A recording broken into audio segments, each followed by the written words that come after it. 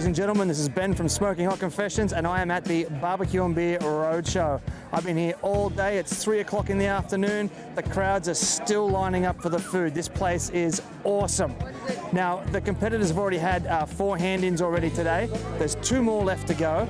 And one of the hand-ins is quite possibly the most Australian hand-in you're ever going to hear about.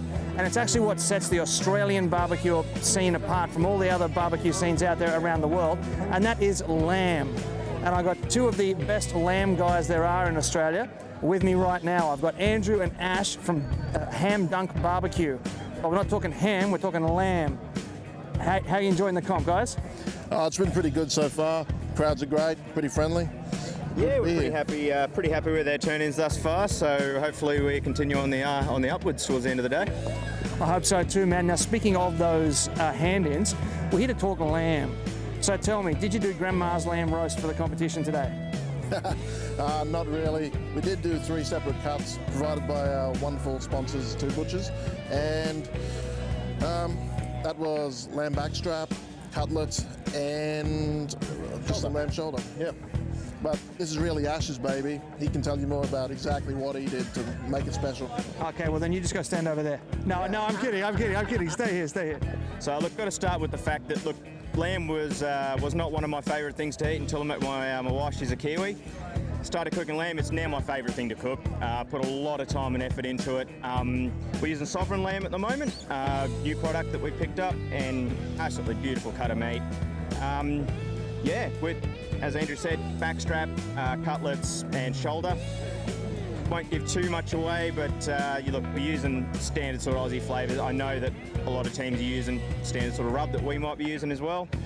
We like to cut it with something a little bit sweeter, just to back off on the on some of the flavours there. So that's been working well for us. It's actually become probably our best performing category within the last few competitions. I guess more recently, a bit of a highlight was 5th place at Port Macquarie last year. Nice. So that was pretty good for us. Hopefully we're on the upwards with this one.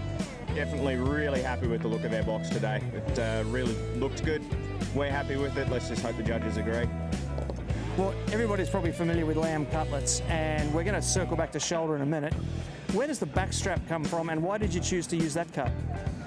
To be honest, I'm not hugely familiar with the backstrap. I should know a bit more about that one.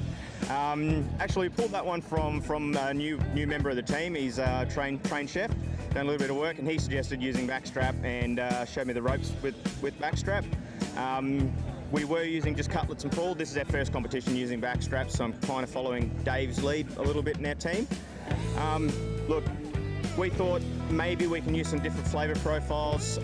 Cutlets, shoulder, got a very strong sort of flavour. Thought backstrap's a little more delicate. We can do something else with it rather than just smashing it with standard sort of sauce and injections and heavy rub that every other cut goes with. So we tried to back off a little bit on the flavour and try and let the lamb shine through, which a lot of the times with the other flavour, cuts, you've got to try and push more flavour into it for the judge. Very nice. Now, as I said, we are going to circle back to the shoulder. Now, I grew up on a farm and we always used to slice the shoulder into chops because it was so bony and sinewy. Why would you want to choose something like a lamb shoulder to come here and spend however many hours you spent in the beautiful sunshine here, cooking it up to hand it to judges who are going to appraise it when there's so many bones and sinews and things in there? Hey, look, it's the most marble cut of meat that you can use up towards the neck. We're actually using, I guess you could say, the equivalent to the Boston butt side of the lamb.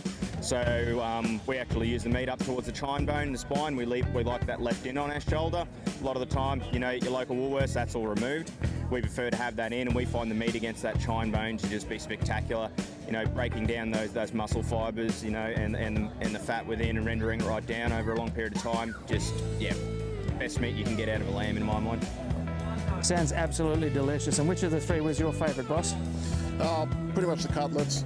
I never used to be a lamb fan before this, but it's grown on me quite a lot. We turned him. Yeah.